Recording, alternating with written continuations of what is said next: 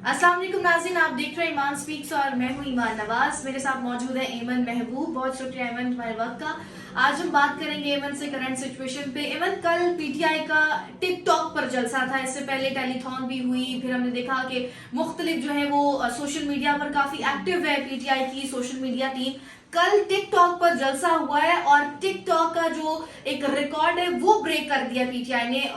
तकरीबन 16.1 मिलियन जो है वहां पर व्यूज आए और फर्स्ट 20 मिनट्स में ही है 2 मिलियन जो है उनके लाइक्स हो गए थे। तो कैसे देख रही हैं पीटीआई की मकबूलियत को और पीटीआई की सोशल टीम को? बहुत शुक्रिया ईमान। देखिए, पीटीआई तो हमेशा से ट्रेंड सेटर रही है, हमेशा से न्यू ट्रेंड सेट किए हैं और कल जो टिकटॉक के ऊपर जलसा किया है और इतनी बड़ी तादाद में व्यूअर्स मिले हैं और बिल्कुल जैसा से आपने कहा कि स्टार्टिंग में ही 2 मिलियन लोगों ने ज्वाइन कर लिया, तो मकबूलियत तो ऑलरेडी सब जानते हैं, इसको अल्फाजों में बयान करने की जरूरत नहीं है। और जैसे कि ब्लूमबर्ग की रिपोर्ट भी पिछले दिनों शाये हुई, उसमें भी यही था कि इमरान खान साहब आज भी मकबूल तरीन लीडर हैं पाकिस्तान के और एक अच्छे खासे जो है फॉलोअर्स हैं उनके और जो लोग हैं वो उनको एडमायर करते हैं और चाहते हैं कि एज अ लीडर वो पाकिस्तान के लिए मुंतखब हों। लेकिन जो सियासी बहसबाजी है वो इसके बरक्स है, उनके ऊपर जो जुल्म किया जा रहा है, जबर किया जा रहा है और जो बेबुनियाद मुकदमात जो है धर दिए गए हैं उनके ऊपर, वो एक अलग डिस्कशन है। लेकिन कल जो एक कामयाब तरीन वर्चुअल जलसा किया गया टिकटॉक के ऊपर, जो कि कभी कोई शायद सियासी पार्टी इस चीज को सोच भी नहीं सकती कि टिकटॉक के ऊपर जलसा करेंगे और टिकटॉक पे से इतनी आवाम आपको देखेगी, तो ये बाकी सारी जमातों के लिए एक अलार्मिंग सिचुएशन है और ये एक आवाम का फैसला भी है कि फील्ड में निकल के आप जो ऐसे ऐसी जगहों पे जा रहे हैं, लाहौर में, पंजाब में, खैबर पख्तूनख्वा में बाकी तमाम जमातें जलसे कर रही हैं। बाकी तमाम जमातें क्या कहना, अगर हम डायरेक्ट शॉर्टली करें तो नून लीग और पीपल्स पार्टी के जलसे रैलियां आप देख ही रहे हैं और अवाम उनका किस कदर वहां पे मजमा होता है ये भी आपके सामने है कि रैलियां किस तरह की होती हैं कि कोई ट्रैफिक प्लान भी नहीं होता, बस ऐसे गाड़ी लेके आप निकल जाते हैं, आस पास आते जाते लोग आपको हाय हेलो कर देते हैं। कहीं आपके अंदर इतना भी कॉन्फिडेंस नहीं होता कि आप निकल के अवाम के आगे खड़े होके कोई एक खिताब भी कर दें, बस गाड़ी के अंदर चुप के घूम के नमक बारे खाते रहते हैं आप सिर्फ, तो वो खैर एक अलग चीज है। लेकिन पीटीआई ने कल एक बहुत बड़ा ट्रेंड सेट किया है और एक बहुत बड़ा रिकॉर्ड भी ब्रेक किया है, इतनी ज्यादा व्यूअरशिप हासिल करके, वो भी टिकटॉक जैसे प्लेटफॉर्म के ऊपर जिस पर इंसान सोच भी नहीं सकता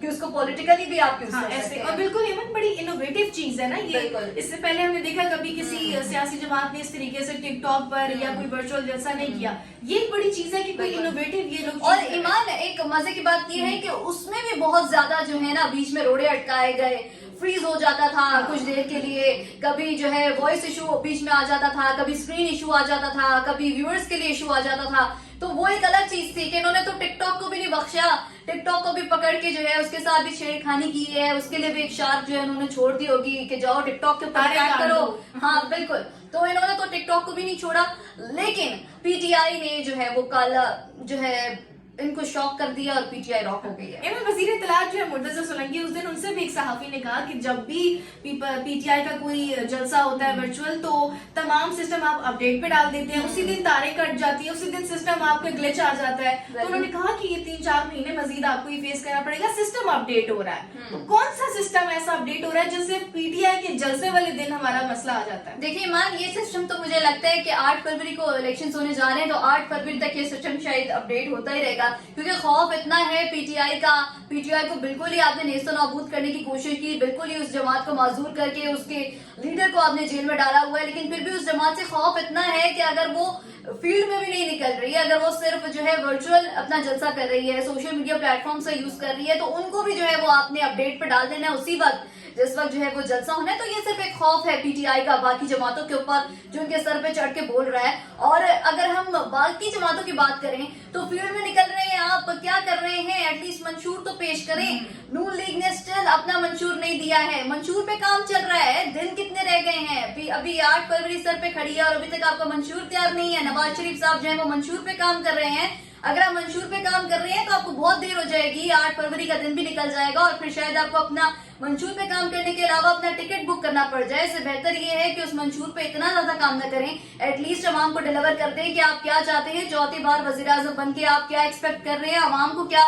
एक्सपेक्टेशंस अवाम की आपसे हैं, तो कुछ एटलीस्ट डिलीवर करें कि करना क्या चाह रहे हैं भाई, क्या आपका मकसद क्या है, चौथी बार वजीर आजम बन के क्या करना चाहते हैं। अच्छा इवन आपने मंशूर की बात की ना, तो आज मरियम नवाज जब NA 119 में गई अपने वहां पर आज उन्होंने अपने दफ्तर का भी इफ्तिताह किया, तो वहां पर वो जब खिताब करी थी कारकुनों से, तो उन्होंने कहा कि कहा जाता है हमारा मंशूर कहाँ है, तो ऊपर से इशारा उन्होंने किया कि वो देखे ऊपर, ये हमारा मंशूर है, तो ऊपर से ऑरेंज लाइन ट्रेन गुजर रही थी, उन्होंने कहा ये हमारा मंशूर है और हमने जो मंशूर दिया उसको पूरा भी किया। तो सिर्फ फकत एक ऑरेंज लाइन ट्रेन और मेट्रो बस को ये कितना कोई घसीटेंगे। सही, मुझे लग रहा है कि शायद इनका अगेन वो करप्शन वाला मंशूर है, करप्शन करनी है, अपने सरिये बेचने हैं, सिर्फ रोडें बनानी है, बाकी आवाम बेशक भूख से मर जाएं, बुनियादी जरूरियात जो हैं एक आम आदमी की वो इन्होंने फिर दोबारा नहीं पूरी करनी। इन्होंने सिर्फ 2-3 सड़कें और मजीद बना देनी है, 3-4 ट्रेनें नीचे ऊपर से और चला देनी है, उससे गरीब आदमी को फकत कोई भी जो है ना फायदा नहीं है। उस आम आदमी जो एक इंसान है ना, जिसकी जो बेसिक नीड्स हैं कि उसको रोटी मिल जाए, उसके बच्चे का मुस्तकबिल अच्छा हो जाए, उसका बच्चा स्कूल चला जाए, उसको अच्छा इलाज मुआलजा मिल जाए, सिर्फ इतनी सी नीड्स हैं,